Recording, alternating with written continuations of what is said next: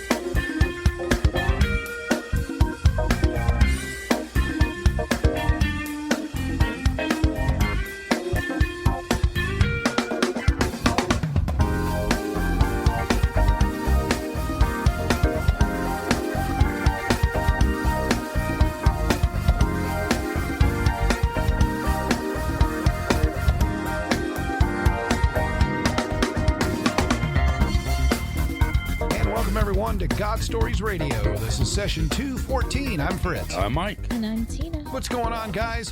It's Thursday night. We're all here. Yes, we are. Loving it. Since you're loving it, how's your week? Same old stuff. Come on now. Living the dream. Oh, yeah? Yeah. No. In wait mode. No intricate life lessons or anything? No, last week was enough. It was enough. Okay. All right, Mikey. It was definitely enough. All right. How about you, babe? What's going on over there? Well, it's been a good week. You know, we've been doing lots of fun things at work this week, which has been nice. And, of course, everybody is excited to go check out Star Wars. You've been checking out Star Wars quite a bit. Yeah, it's been fun. It's been so much fun. I bet. Fantastic. Hey, we got any shout-outs over there tonight? We do. All right. Well, we want to thank last week's guest, Miss Patricia Williams, for liking us on Facebook. Miss Pat, welcome to the GSR family. Thank you very much. And we also want to thank Megan Smith from FUMC. Oh, Megan Smith. Thank you. Welcome to the GSR family. Yes, okay. We do. I love Megan. And then also from FUMC, we want to thank Natalie Zook for liking us on Facebook. Thank you for liking us. Yeah. And Dariana Brennan. Dariana Brannon. Brennan, it looks like. Brennan. Brannon? I think it's Brannon. Really? Yeah. Could be. That's awesome. Either way. We're going to stick with the first one because that was cool. Just cool.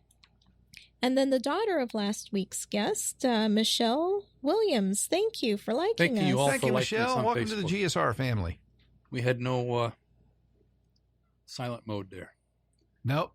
No awkward moment. No awkward moment. Yeah, thanks for giving us some shout outs there. We really appreciate it. If they came to the studio and they watched, they would understand the awkward moment. Yeah, really. No, we're just glad that GSR is being spread around the world. Amen to that. And to that end, I want to welcome country number 102. Hang on. Reunion. Yep, the islands of Reunion. The islands of Reunion. Yes, and it is. Where is that? It's in the Indian Ocean off the coast of Africa next to Madagascar. It's near the Seychelles Islands where my dad used to live. So the Lord's blowing up Africa. I guess. Wow. This is fantastic. Mm-hmm. This is 102 countries. Who'd have thunk? Oh, I know.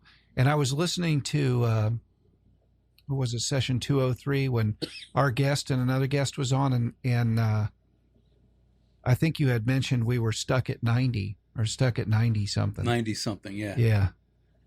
And then I thought about that today, and I didn't even know we had the new one. Mhm. So I'm going, man, it is cool to just sit back and watch the Lord blow things up, because And we had know. we had a couple weeks off a couple weeks ago, and we came in with what, 3-4 new countries? Well, Just remember after we that? tried to take 3 months off, and the listenership grew. Mm-hmm. Explain that one.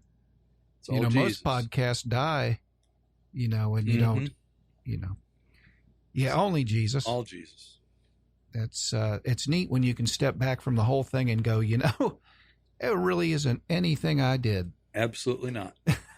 Thank goodness All- we just mess it up. All That's credit right. and the glory. Oh, I've we did, it proven would that be- concept is true many times. If we did, it would have been long gone. You bet. All right, we're ready for the guest. I think we're ready. I think we have not only a guest, but we've also got an in-studio guest too. Yeah, we do. That's very cool. So who we got today this week, babe? We have the myth, the man, the legend, Pastor Mac Macanano in the house. Thank you, guys. Yeah, appreciate being here. I'm excited. Man, we've been excited about it, and you just alluded to a little bit of your story last time when you were here with Pastor Chris. Yeah. And I just couldn't wait to get you back in to have you expound on a few things. And who you got with you? We've got one of our students. I'm the director of the student ministries at First United Methodist Church of Claremont, and one of our all-star senior leaders. His name is Ryan Schreiner. He's just joining us as a guest today to check it out, and maybe he'll be giving his testimony sometime soon. That would be awesome. Yeah. Welcome, Ryan. Ryan is amazing and multifaceted. Plays guitar, sings, leads worship. for amazing, the leads youth. worship. That's Wow. awesome. Yeah, just amazing. It really, really is. God at work there. Yeah. Well, welcome, Mac. You really need no introduction, man. I just love this guy, and ever since I started the church, before I started at the church, it seemed like we started to foster a relationship, and I love it. I just love to go to work every day, and this guy, yeah, like he said, he has a converted closet for an office, and I'm in the bedroom. Yeah. You're So- like that guy in the Office, Yeah. the movie. Yeah, Office. I'm also the only office with 2 doors, and one of the doors leads Yeah. to Fritz's office. So every time I hear him stumble He in, just I cracks that open it door up. open, and one of us has got music going, so it's great. yeah. We just leave the doors open and rock out, and he'll stick his head out. Hey, the album dropped. Oh yeah, and then it's a great environment, and then Stephen has to walk, in Through between us, and that's abuse waiting to happen right there. So, one thing I am really curious about is your nickname. How'd you get your nickname? Yeah, so my actual name is Anthony Macanano, and I'm the 4th. So my great-grandfather, my grandfather, and my dad all share the same name, and none of us have middle names, which is a fun fact. And as I was growing up as a kid, I had a couple friends who were named Anthony as well. But the main reason that Max stuck was when I was playing Pop Warner football. The first week that you play, they put your last name on your helmet. Mm-hmm. And coaches, if you play Pop Warner, you learn that coaches yell a lot. And so they were always yelling at us. And the second day of practice, they got tired of yelling the whole name Macanano because they would say something along as Mac, and they try and yell, and you can't, right? So my head coach came up to me at the end of practice, and he just ripped my name at C. And he just left the sticker on it, said MAC on the top. So Pop Warner, man, yeah. That's awesome. that's a good memory for me. I played wide receiver for the Boca Jets. Yeah. Were Well, you taller look than at every you. kid? Boca Uh-huh. Jets. Yeah. I did not know that about you.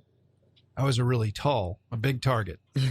So I played first base and wide receiver, sometimes deep safety, Nice. if they needed somebody with some height. But anyway, it's not about me tonight. So, Mac, welcome to the show, man. Thank you. Just love this guy so much. Thank you for taking time. I know you're busy, and for hanging out with us. And just take us back to the beginning, Absolutely. a little bit about yourself and how Jesus found you, and rock on. For what sure. you're doing today. For sure. And one thing I just got to say, too, I value about Fritz, man, is he knows how to have fun at work. It's always nice to walk into the office, and whenever you hear the words, have you heard? And he's going to think of a new song to show me. That gets you pumped up. Yeah. But yeah, absolutely. In terms of just looking at my story as a whole, I'm 24 years old. And so as I was kind of just thinking and reflecting on my faith journey and everything, I know there's a lot more pieces to it, and I know that there's a lot more things that God has in store. And so my hope and my prayer is that just through some of my story, you can see the ordinary, but you can also see the ways in which God's kind of fingerprint is just upon everything. Because it used to, and I'll preface my story by saying I used to be really, really not proud of my story. I used to not think it was very cool because I thought there was just, God just really blessed me with a lot of nice things. I didn't go through a crazy hardship. It's a very common thought. Yeah. And we have a lot of people say that to us. Yeah. And I remember stepping into ministry and thinking, I'm not fit because my testimony is not powerful. Right. And it wasn't until I started realizing that your testimony is literally, it's not one act.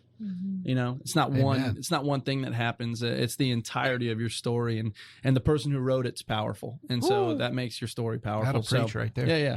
And so, I'll take you back to the very beginning. I was kind of raised in a house that didn't go to church too often.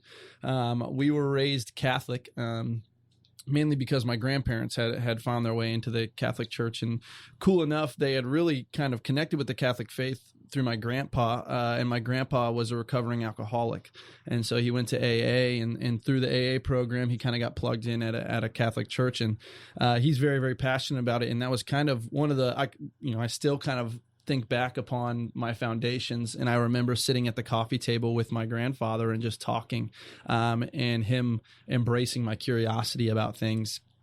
But for the most part, my family, my immediate family, my mom, my dad, and my two sisters, really only went to church to check it off the list for our grandparents, to check it off the list. They wanted to make sure we made our first communion with the Catholic Church, and after that, it was kind of up to us what we wanted to do, if we wanted to go through confirmation. And I was a late bloomer too, so they didn't send me into communion until like 5th grade, and everybody else that had already done their communion was in like 2nd grade or 3rd grade. And so I remember sitting in my classroom, and it's funny because one of my best friends today, we were recalling being in Catholic church, and when I told him that I went to St. Peter and Paul, which is a church in Central Florida, he goes, "No way. You were the older kid that hadn't done his communion yet." And I firmly remember, because I knew nothing. I was so uneducated compared to these kids that had been going through CCD catechism classes forever. And so I just was sitting there, and I knew the Our Father, and that was it. And they would have us lead the prayer in the morning sometimes. And the two prayers that you always had to remember was the Our Father and the Hail Mary. And thank the Lord, I still don't know the Hail Mary. But to say it, all you had to do was say the first line, and then the rest of the class would join in. So I would sit in front of the class. I would sit in front of the class, and I would say really confidently, "Hail Mary, full of grace." Mother of Grace, and then they would say the rest. But as long as I said Hail Mary and I acted like I knew the next stanza, no, that's not cheating, man. That's working smart. What exactly. are you talking about? But Eli, he read right through me. He's one of my best friends today. But he was like, "Yeah, I knew you didn't know the whole prayer." But yeah, so I made my first communion in the church, and so did my little sister. And once we did that, we just kind of stopped going. It wasn't a priority. It wasn't high up on the list. And I kind of disconnected from the church completely for about 2 years. And then in 7th grade, I was invited by one of my neighbors to this place called the Epicenter. And it was a brand new youth group in town. They had just built a 10,000 square foot facility just for the youth in this church. And they were doing these outreach party events every week, where like 500 kids would show up to this place, and they had their own inflatables that they had already bought. They had all these like funny kind of wars that they would do, Nerf gun wars, and they had all this crazy stuff. But they also had this game room that was immaculate. It had a huge rock wall in it and everything. And I remember walking into this place and seeing a rock wall, and seeing dodgeball, and seeing kids having a really, really fun time, not practicing the Hail Mary. And I was intrigued, and I also remember at the end of every single one of the sessions, they would do a little message, and this guy by the name of Bobby Brooks got up, and I just thought he was hilarious. I thought that I was watching a stand-up comedian every time that I was hearing a message, and I started connecting fun and God in the same place. And I think that was so important. And I, in the moment, I didn't know what I was doing, but then, like, looking back, I was seeing that learning about who Jesus Christ is can also have a fun aspect to it. can be something that is entertaining, can be something Absolutely. that grabs you, and it doesn't have to look like catechism. Not that anything's wrong with catechism, but it doesn't have to look and feel like just a class. Yeah.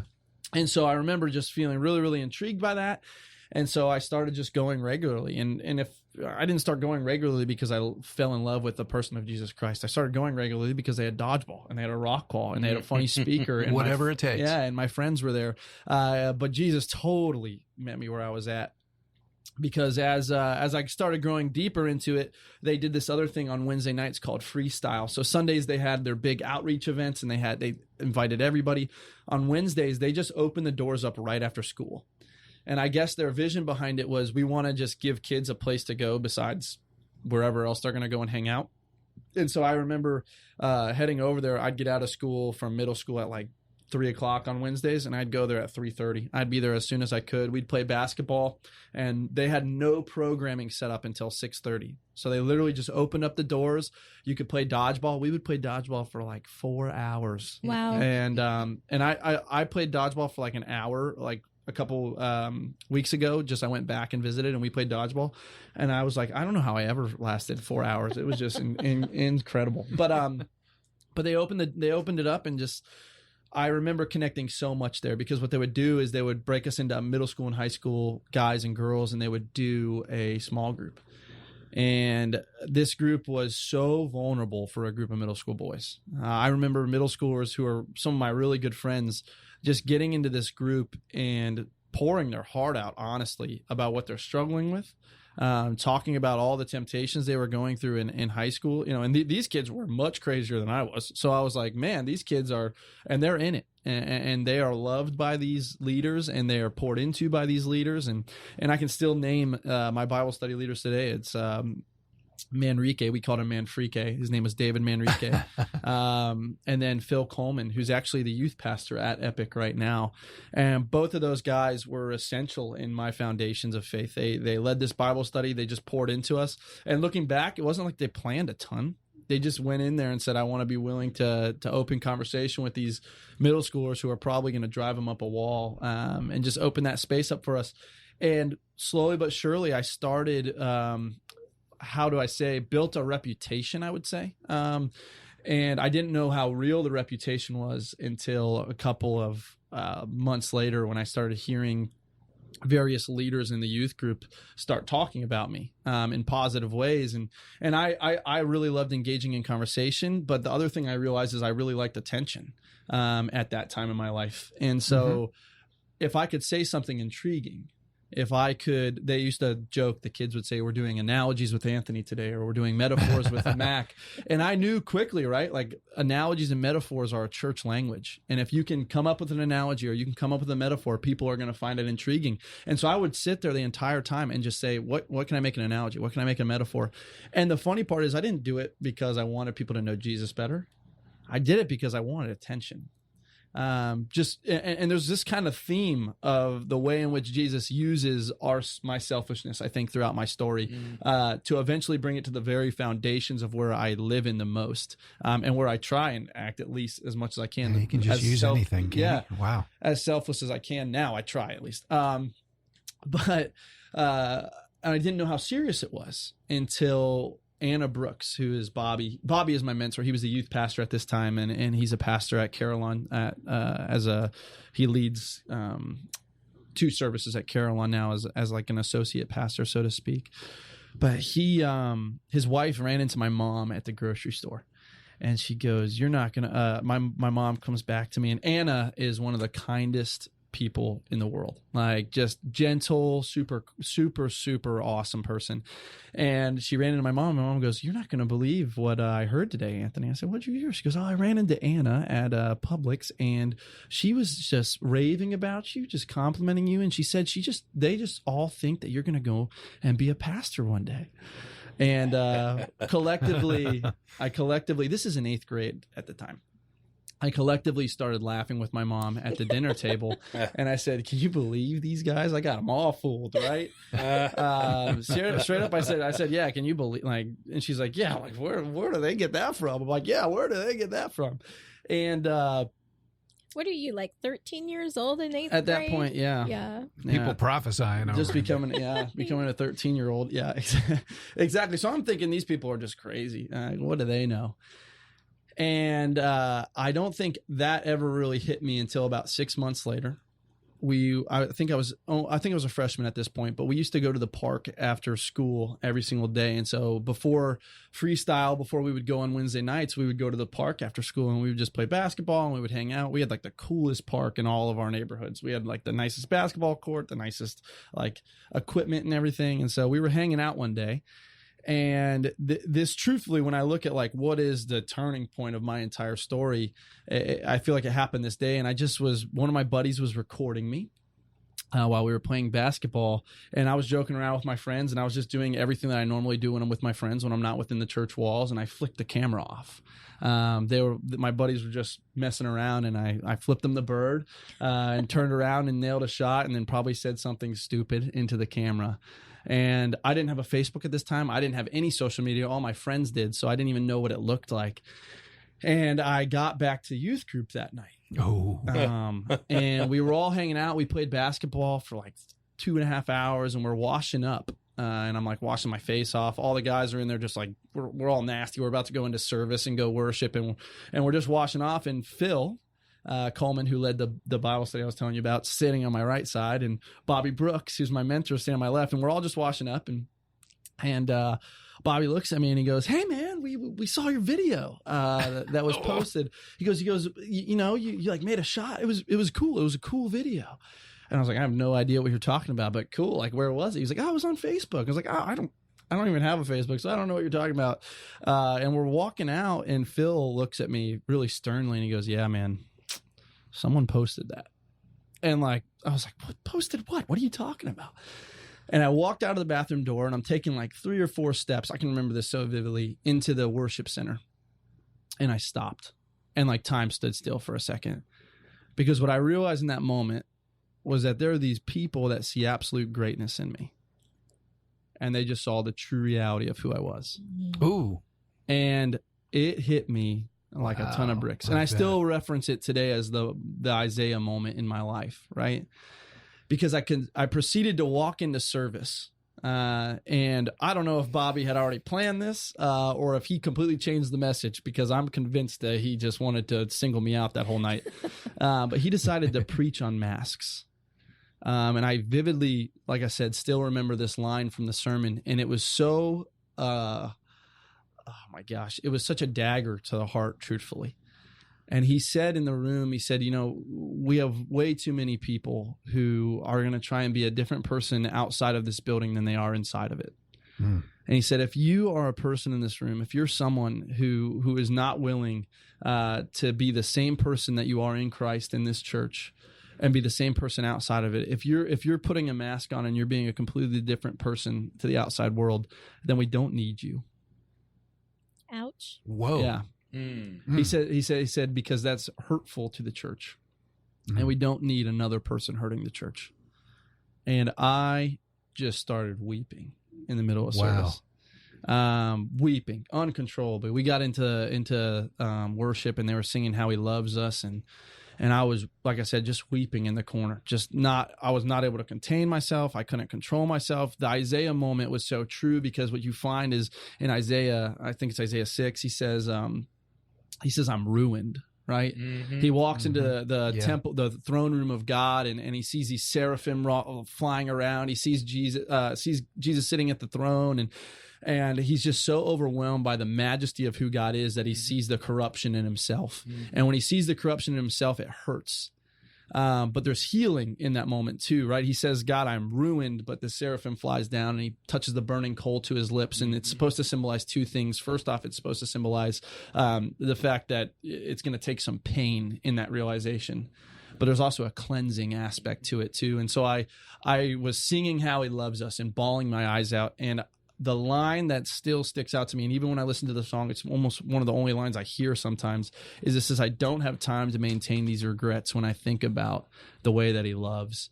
And in that moment, I had so much regret. I had so much remorse. I had so much feeling of being ruined. And I realized that my regret's not going to get me anywhere. And that today is the day that I don't have time to maintain regret. I don't have time to sit in regret. I don't have time to sit in my guilt, but I do have time to move forward and do whatever's next. And if that means breaking the mask off, then that's breaking the mask off. And I walked out, and I'm walking through the doors to go home, and Bobby looks at me and he says, "Are you okay, man?"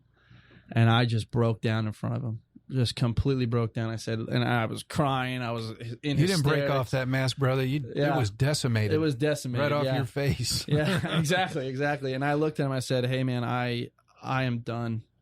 So I'm done being different out there. I'm done being a different witness to my friends than I am. I was a witness here, and I'm done with that." And I was thanking him, but also crying and also like remorseful at the same time. It was a weird moment, but it was so just genuine and real. And it was truly that I'm ruined and I'm done being ruined. I'm here for what God has in store and whatever he's got planned. And that's really the day that I started to take it seriously, because like I had said, I started building this little reputation, I guess you could say. And I was leading at that point in areas. I was a part of the leadership team. I was part of the Bible studies and helping lead those. And so to be in that position and have all this trust and respect in your kind of place, and then feel like you went completely against that, was a hard moment, but it was different because I had these group of people look at me and say, "We don't see you differently. We just want the best." Like we're not okay with seeing you not live into your fullest potential. And I think that some of society today loses that aspect in friendship. I think that we have a hard time looking at people and critiquing them and saying, "Look, it's not that I am like so bummed about who you are as a person. It's that I see so much greatness in you." And I saw the greatness that they saw in me at that moment. Right. And I didn't know my fullest potential, and they did.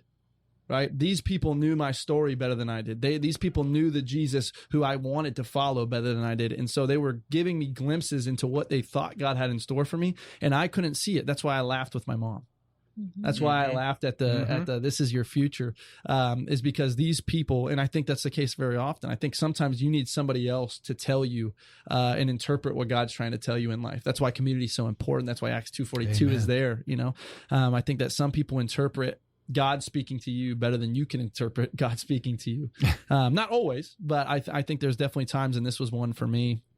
And so that became a life change for me in that moment. And I started to just get really fully involved. And throughout high school, I was all in on all the leadership stuff that they were doing. I started taking a lot more things seriously. I started diving into worship music a lot more. I was always a big fan of music. I still am. I listen to literally everything.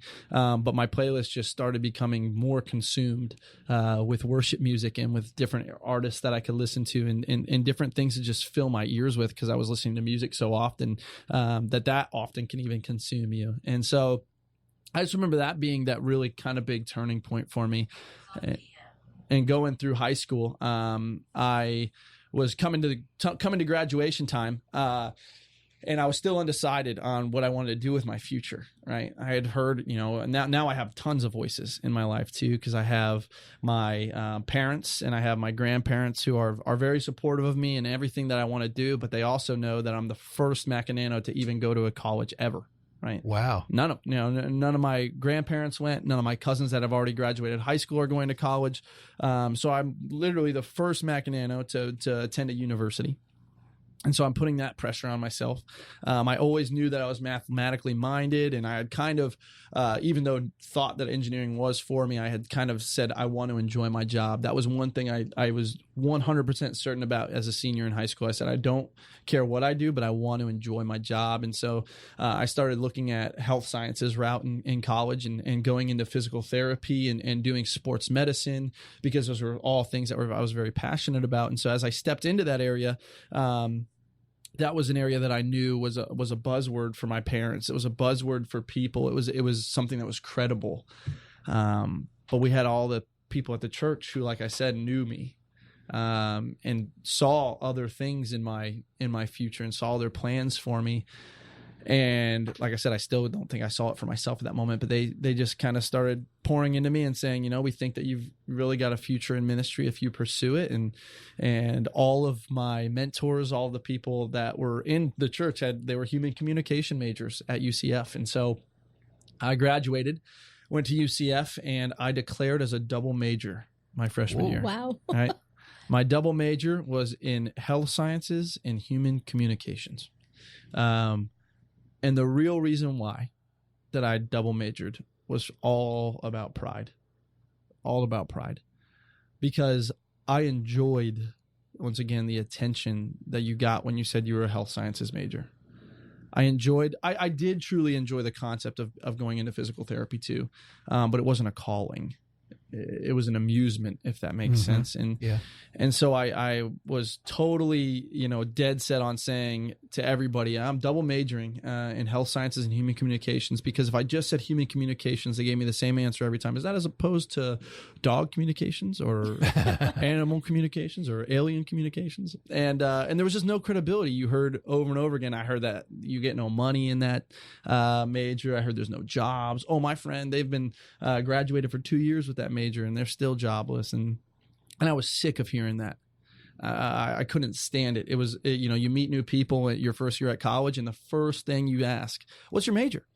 And I was so ashamed of saying communications for a while because of my pride and because of my ego and because of my, wants to kind of control my life in a sense. And so health sciences did all that. You said that to someone, they said, oh, right on, man, that's cool. And I didn't have to think about it. And I think that it's so funny. I think I had to go through that experience because so much of where I'm at in ministry now today is still critiqued. So much of when you kind of say, what do you do for a living? And you say it, people are like, oh, and it doesn't have that buzz factor. You know what I mean? It doesn't have that kind of, and for some people it lights them up and it makes them excited. For other people are like, oh, cool, man, whatever. Awesome. Oh, whatever. You know what I mean? And I think that God was preparing me in that moment for all that was going to come in the future, all the criticisms, all the questions, all the misunderstandings, all the little details. Exactly. What I think is really cool is he took something that you thought was a con, and he made it like one of the most best attributes about you, because your communication skills are amazing. I've heard you preach before, and you have the gift not only with within the youth ministry, but you have it with adults too. There is no age barrier for you. Well, thank you. I think that's rare. Yeah. I appreciate that. And so what ended up happening is 6 months in to my double major, I was about to finish my first semester, and I met back up with my mentor, Bobby Brooks. And like I said, every person on earth has given me the same reaction when I said I was a double major. They were elated and thought that the health sciences part was cool, and they kind of questioned the human communications part. Bobby was completely different than everybody. And he always has been. He still is today, and that's why I just value his opinion, and I respect him so much. And if you ever want to hear good sermons, go listen to him at Vessel. He's on ucumc.net, and he's the Vessel pastor. But he thinks differently than people. And so when he asked me how's my semester going, I said I was double majoring. He said, double majoring? What are you doing double majoring, bro? And I said, well, I want to keep my options open. And he looked at me, as serious as you can be.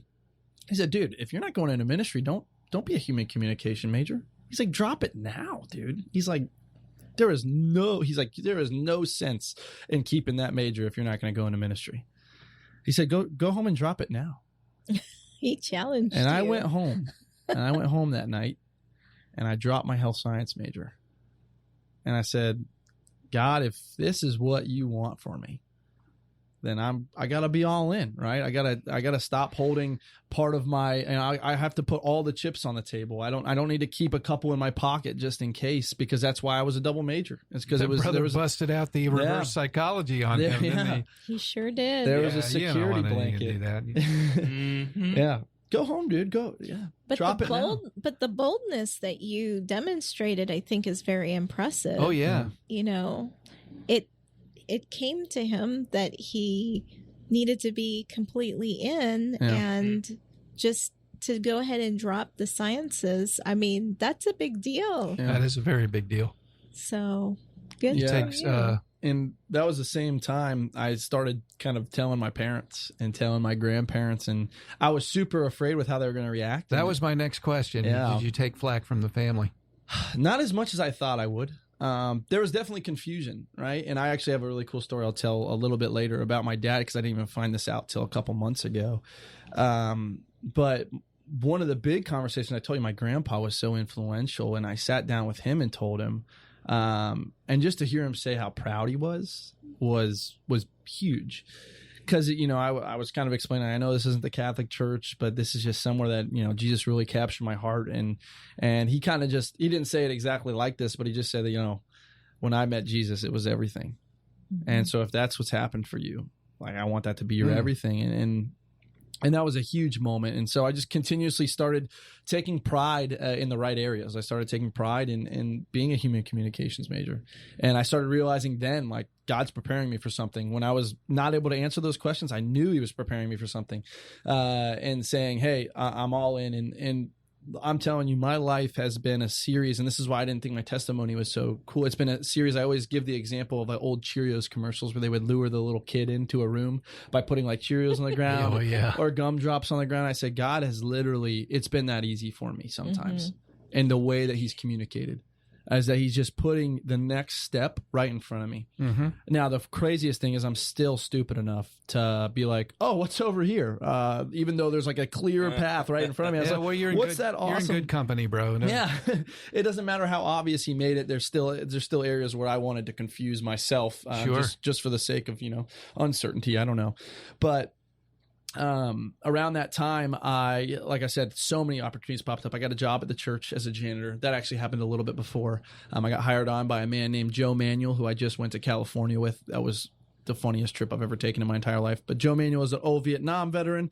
Don't have to get too much into him, but his story is more interesting than Forrest Gump's in all seriousness. Would he call in? Huh? Ah, man. If you just tricked him into telling him he's not on the radio, he might do it. But no, it's a podcast. Yeah, but so I got hired on with him, and so I spent a ton of time at the church just being a janitor. I probably spent more time than most of the pastors my first year of being a janitor, because we didn't really have hour restrictions at that point. It was just, hey, come in, work till 6 and go home, and I loved it. I got hired on to lead a Bible study for a new service that was starting, and that was my first kind of taste of being paid to do ministry, if that makes any sense. Not that I was getting paid really anything, but and then a year after I was in college, my youth ministry hired me on. And they took me alongside some of my best friends that I went to the youth ministry with, and they started this thing called the teaching team. And Bobby Brooks, who is my mentor, started the teaching team, and he said, "Hey, we're going to do a rotation where all of you guys get to preach every month." Wow. And I started as a 19-year-old getting to preach in the youth service as many times, once a month almost. And my first time I preached, I actually got to preach to our service, to our church service, before I ever got hired on at the youth group. Yeah. And I can still tell you what my message is about. I called it the Rice Method because I was still a double major. I still was a health science major at this point. And RICE is the process that you go through for healing injuries. And so what I wanted to talk about, since it was a standalone message, was how can we use the RICE application in ministry? And so RICE stands for rest, ice, compression, and elevation. It's what you do if you twist an ankle. You rest it, you ice it, you put a compression sleeve on it, and you elevate it. And so I talked about how we have to rest in God's word. We have to ice and compress things with community. So we kind of, smother things with people. And then we elevate things in prayer.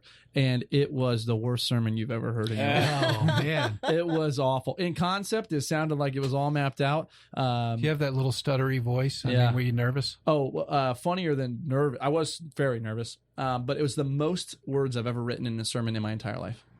I think it was like 3,600 words. My average sermons now are in between about 1,400 and 1,800 words. So about 32 to 3,600 words. And I preached it. I can preach probably my 1,800 word sermon in about 35 minutes. I preached it in 14 minutes. Whoa. Wow. Wow, that's cooking with gas. Because I wanted to get off the stage so bad. And that's really how I felt the first couple times on the teaching team too, is like, I just need to get through this. Yeah. Like, God, I know you're going to use me, but I just need to get through this because I am not, and so went through that entire experience and loved every minute of being on the teaching team. Still remember to this day, I told you the flick off story was so important to me. And my first sermon that I got to speak on, we were speaking about masks. And I had already given a sermon that was like my favorite thing I ever got to. It wasn't a sermon. It was like a small group teaching to a group of middle schoolers. And I told them about my story, and I told them about masks. And my visual was that I want you to take the mask off tonight. I want you to step on it. And I want you to leave every bit except for one piece. I said, I want you to take one piece of the mask and put it in your pocket, because this is why. If you have one piece of the mask, it'll never consume your face. You can never hide behind it, but you can always tell the power that you have over it. Right. Ooh. And that's what that was like my go-to when I was talking about masks. And so I didn't want to repeat this sermon, but it was like 6 months later, and it was to a completely different crowd. And I spoke on masks and didn't talk about that story of my testimony at all. And Bobby Brooks walks into the office. And he says, all right, I want you guys to all critique each other. If we're a teaching team, we're only going to get better if we critique each other. And we critique each other for a half hour, and we give some good feedback. And he's standing in the corner of the room, and he says, all right, you guys did okay, but you're way too nice to each other. And it's weird that I'm even sharing this out loud, because I don't know if he thought this would ever leave the room. But he said, you guys are being way too nice to each other. And the only way we're going to get better, he goes, we all love each other, and we all know the strengths that we have. He goes, the only way we're going to get better is if we focus on the areas that we can improve upon. And he looked at me and he flicked me off. And he said, what does this mean to you, Mac? And the whole room stood still. And I was confused. And I was like, it means, that's not a good thing. And he says, no, what's it mean to you?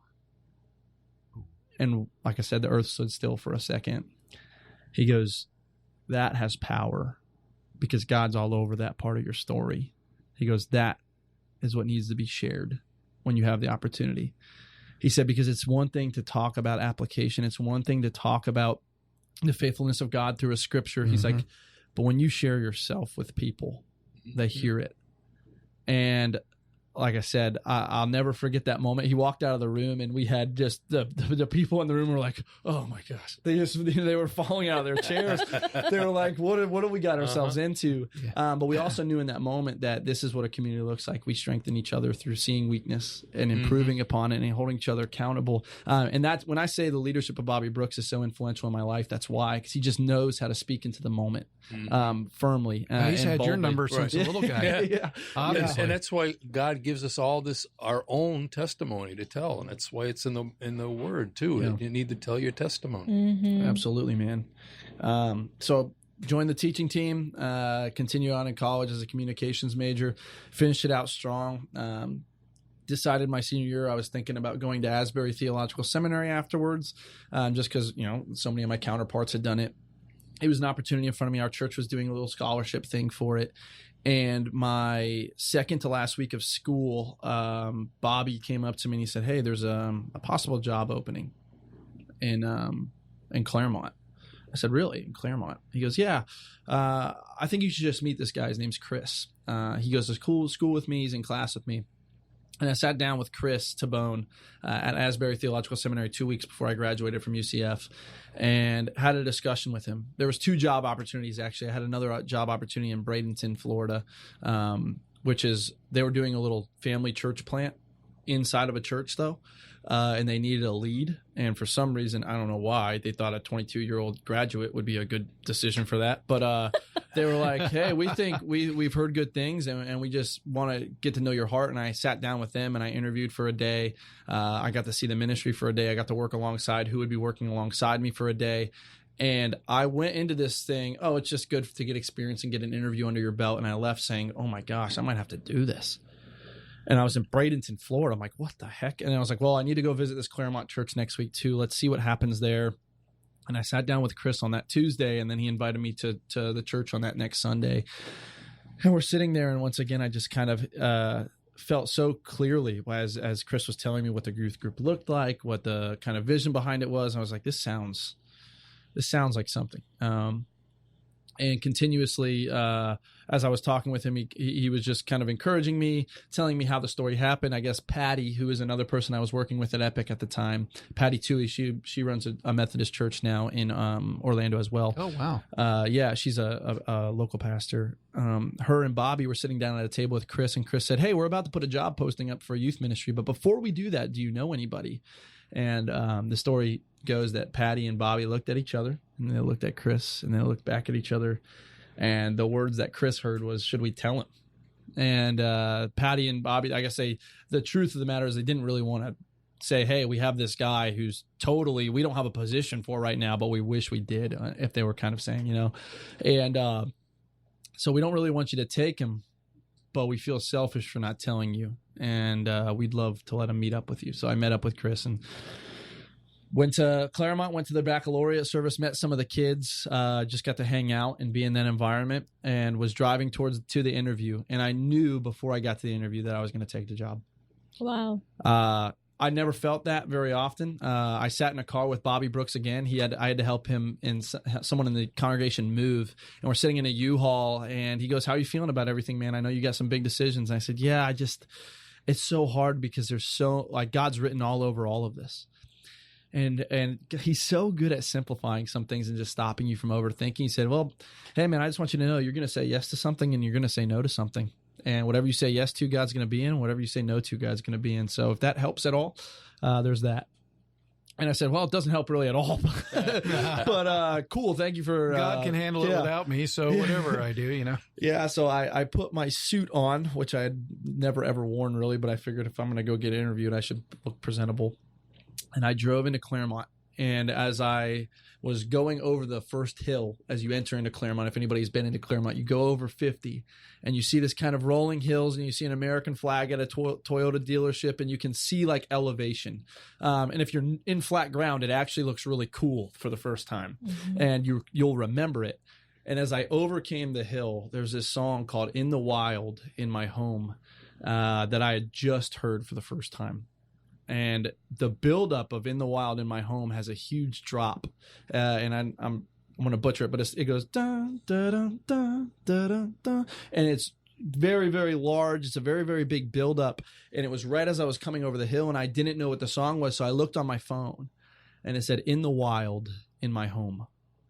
And I knew in that moment, I even said it at my interview when they asked me, like, what compels me about being here? I told them, I said, look, God's been all over my life through music, been all over my life through many different avenues. But one avenue for sure has been through just music. And I listened to a song called In the Wild in My Home, and I realized that I'm about to step into the wild. I'm about to step into something completely new, completely different, nothing that I've known before. I'm leaving all of my friends. I lived in Oviedo my whole life. My best friend was moving to Hawaii. My parents, I was moving out of their house. I'd never done that before. All the bills were going to be mine. Everything was completely wild about this. But for some reason, God had home written all over it. And when I was confident enough to say that I knew, I left the interview, and it wasn't that I was like confident that I nailed the interview. I was just confident that this is where God wanted me to be, and left and kind of told my parents, I said, look, I don't know when it's going to get offered, but I'm going to take it. And I was in Texas visiting some of my best friends and got the phone call, and I freaked out. Stephen Elmore calls me, and he goes, hey, Mac, we just wanted to let you know that we want to give you the opportunity to take the job. And I was so nervous that I said, hey, my mentor told me that it's never smart to just say yes right away. So I'm going to pray for the next 2 days. Is that okay? And I hadn't answered the first 2 phone calls he sent because I was on a plane. So Pastor Doug apparently was freaking out. He's like, did you get a hold of him? Did you hear from him? Did you hear from this guy? And he talks with his hands like that. Yeah, too. He does. Yeah. But and so I hung up, and they're like, my buddies are all in the next room, like, so what happened? I was like, I told them I need to pray about it. He's like, you told them what? You know what I mean?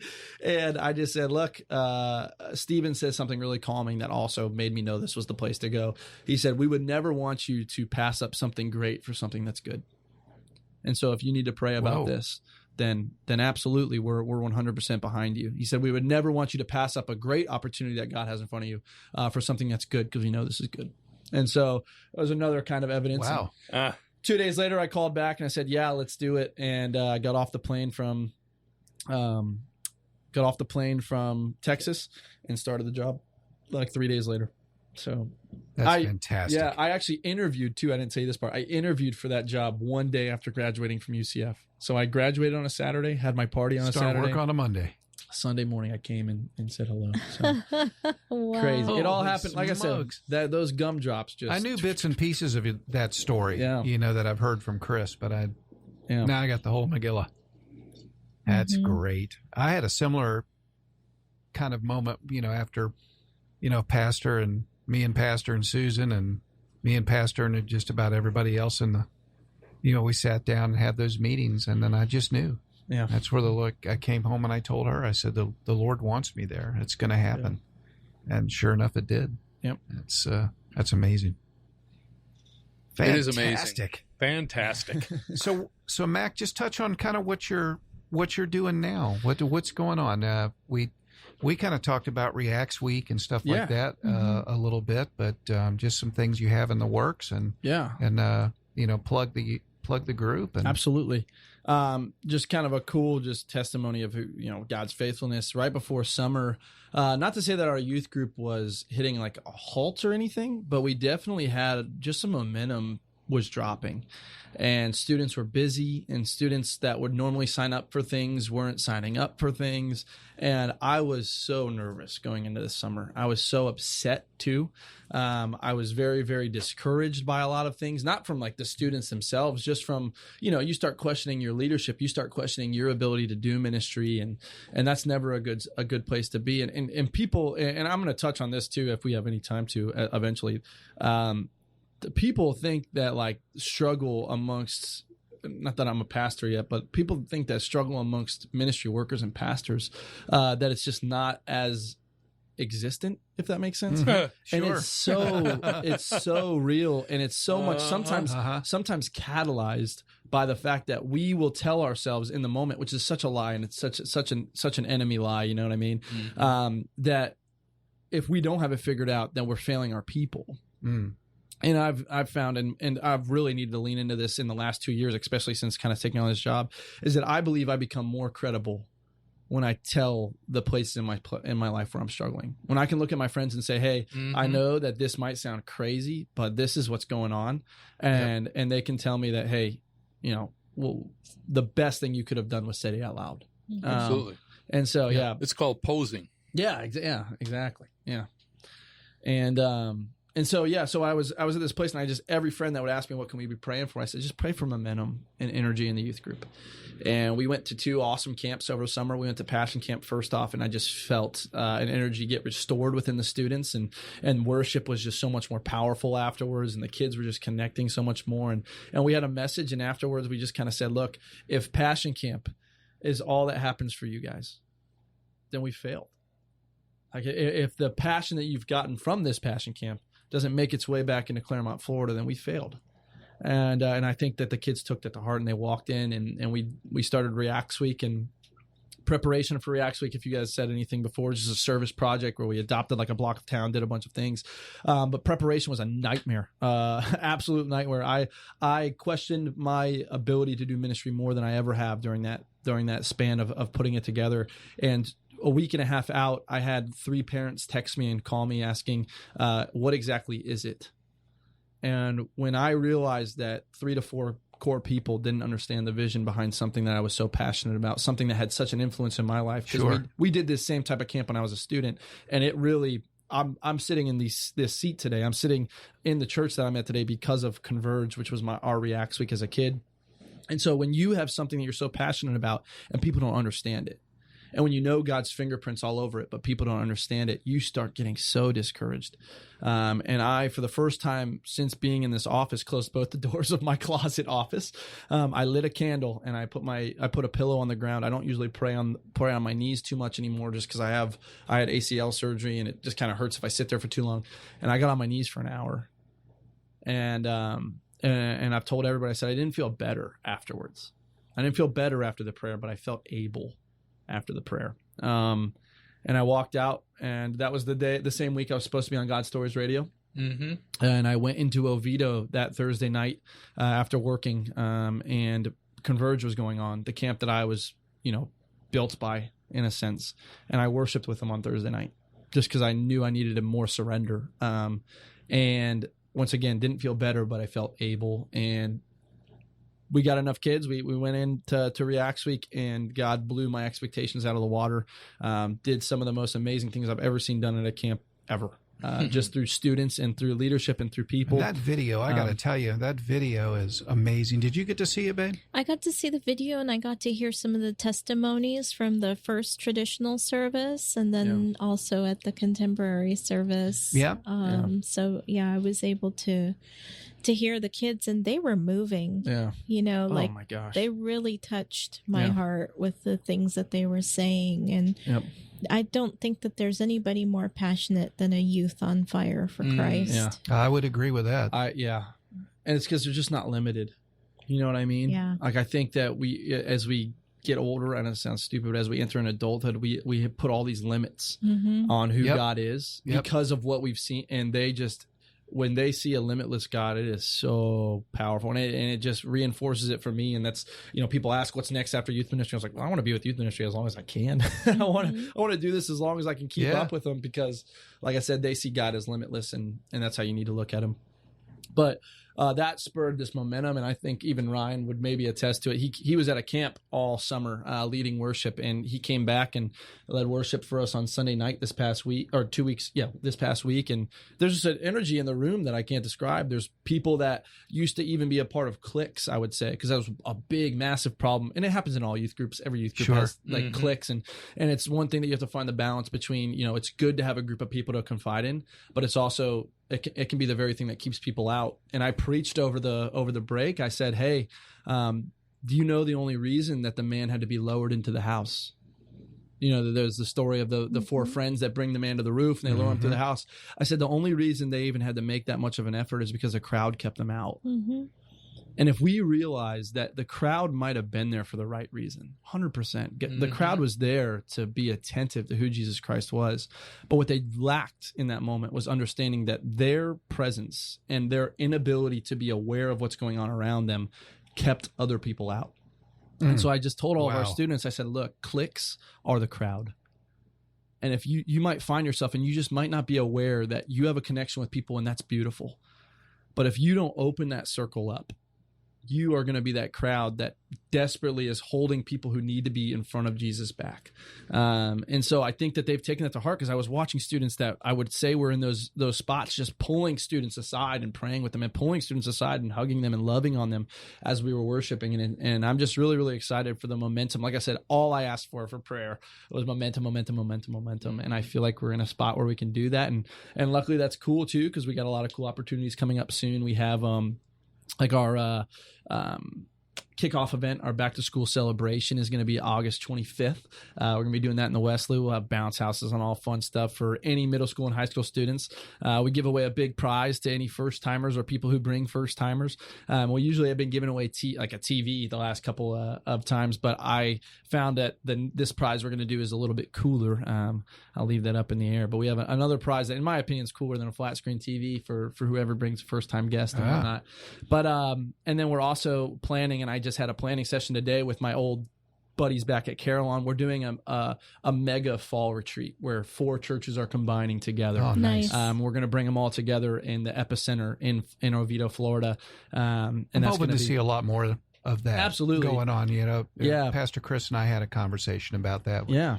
We'll talk about it, but absolutely. About meshing. There's just something, I think there's something that is powerful about witnessing in church, because I think that one thing I left the church with, and it wasn't my home church's fault, but I just thought there was one way of worship, and I thought there was one way to connect, and anything beyond what I knew was wrong in my head.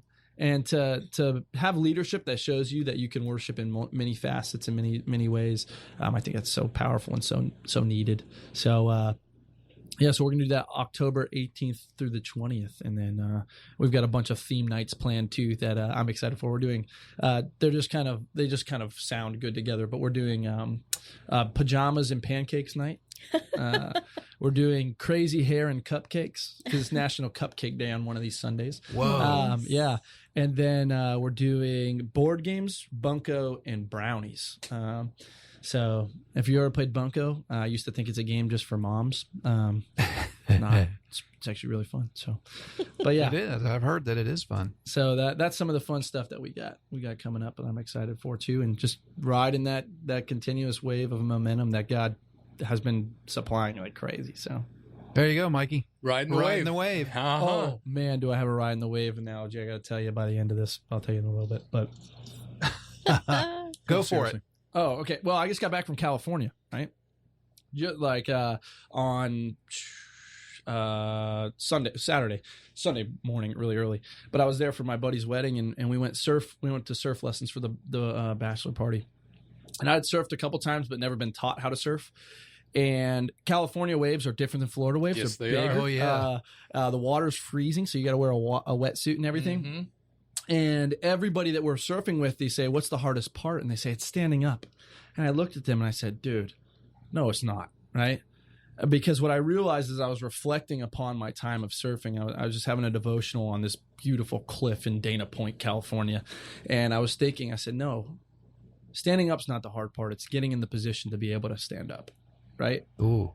And what I realized is that surfing is such a perfect analogy of discipline in life. And that is that God is going to continuously supply waves. You don't have to worry about that. His love is not going to be, it's unending. His mercy, it's unending. His grace, it's unending. If you're in a position to receive it, though, is on you. Mm. And the reason what I realized is I said it takes 45 minutes to paddle past the waves so that you can finally sit down on your board and get in a position to be able to properly catch one. Because a wave, I can be in the right spot for a wave, but my board can be off center and I'm never going to be able to stand up. Mm-hmm. I can be in the right position straight on with the wave and be ready to ride. But if I'm in front of it or behind it, I'm not going to be able to ride it. Right. And so what I said is I realized when I rode the wave, I could have, if I was in the right position, it was simple to stand up. The board was steady. I didn't have to worry about my footing. I didn't have to worry about it. But if you were unstable in your positioning, then you were going to be unstable in your ability to stand up. And what I realize is discipline is that paddling. Discipline is the pushing yourself out there. And it takes 45 minutes maybe of paddling and 45 minutes of positioning to ride that wave. You're almost it's exhausted essential. once you get out there, and that's and standing you have up's to be the in fun shape. part, right? Yeah. Standing up and riding is the fun part. This is not the fun part. The swimming is not the fun part. But you don't stand up if you don't swim. And you don't get in. You don't stand up if you don't get in position, and you don't stand up if you're not constantly persistent about trying to get into that place.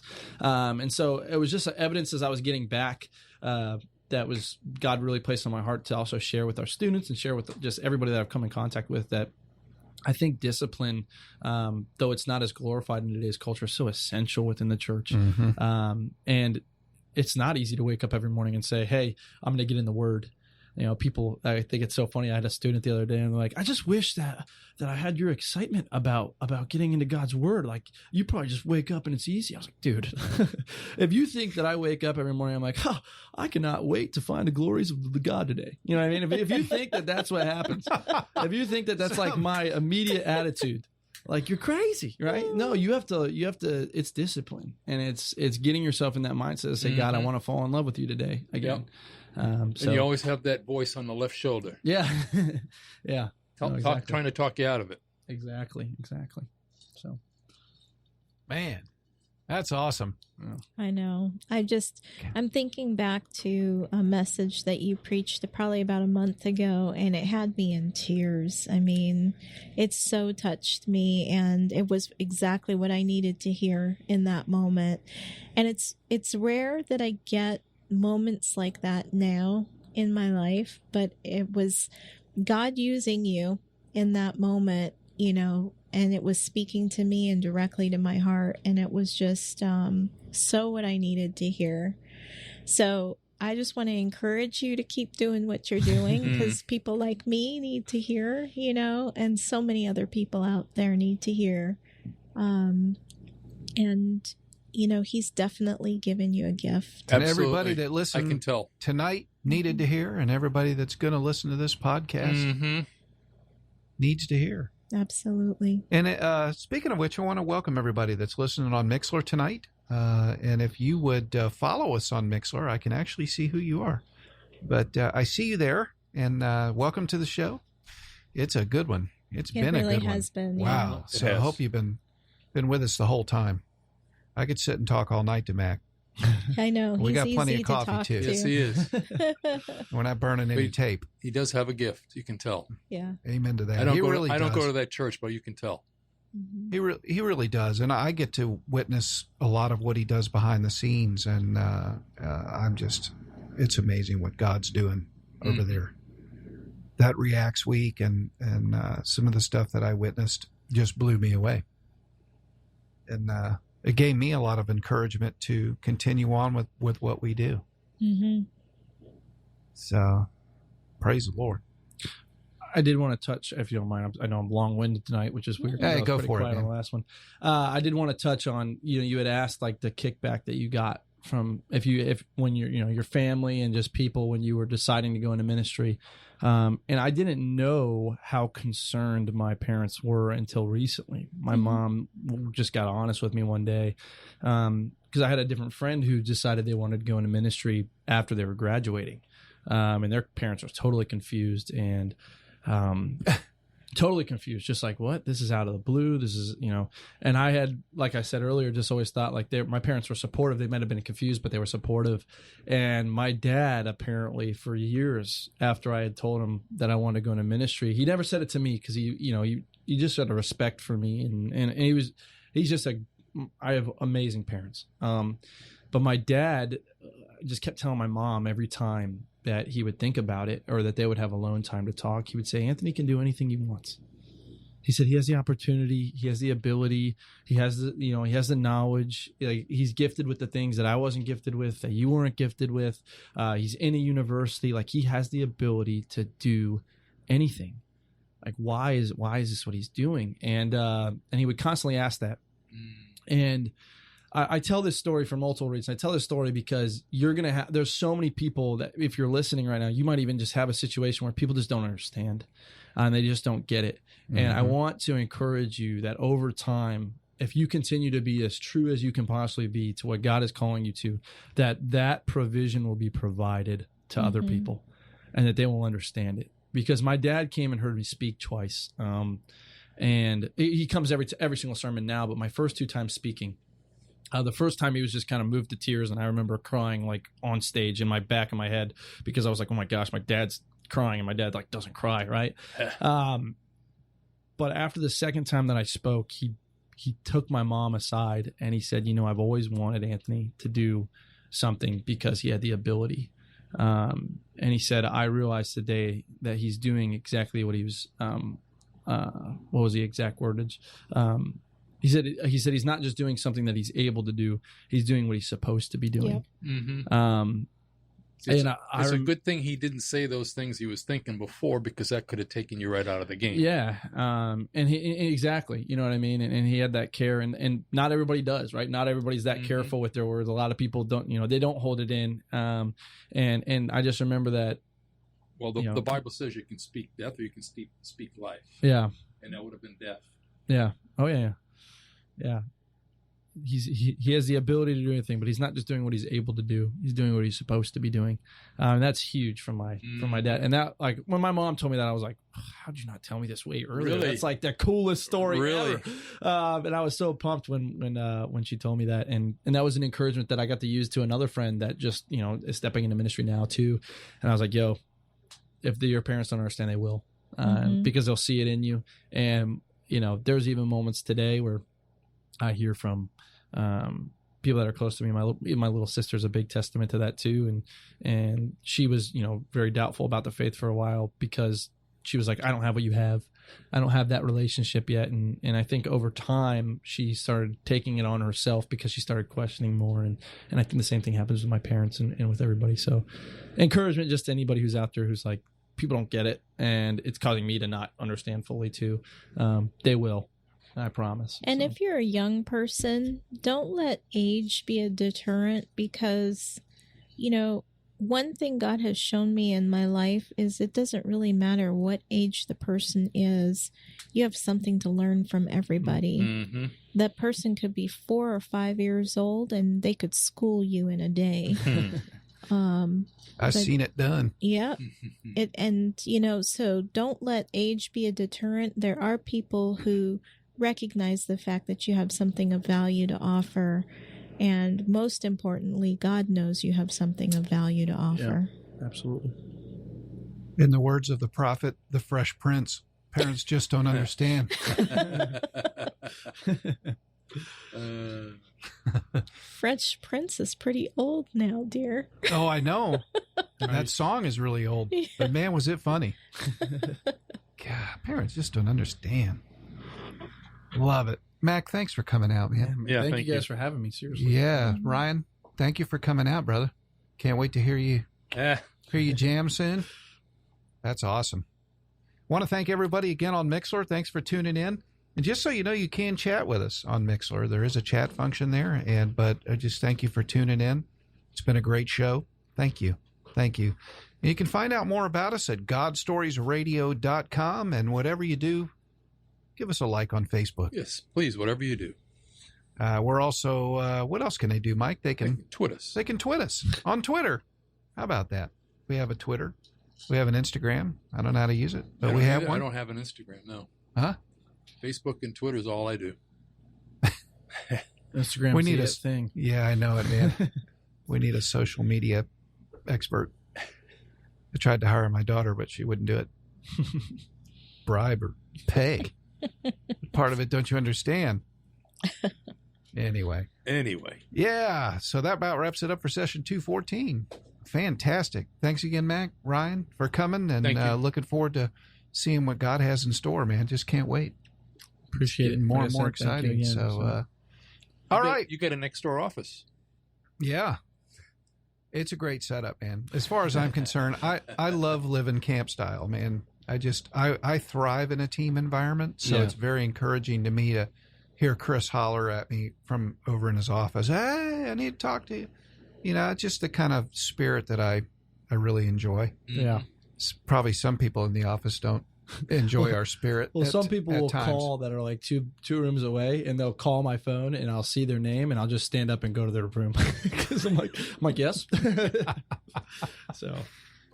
All right. Well, thanks for being with us, and that about wraps it up for session 214. I'm Fritz. I'm Mike. And I'm Tina. God bless you. God bless. God bless.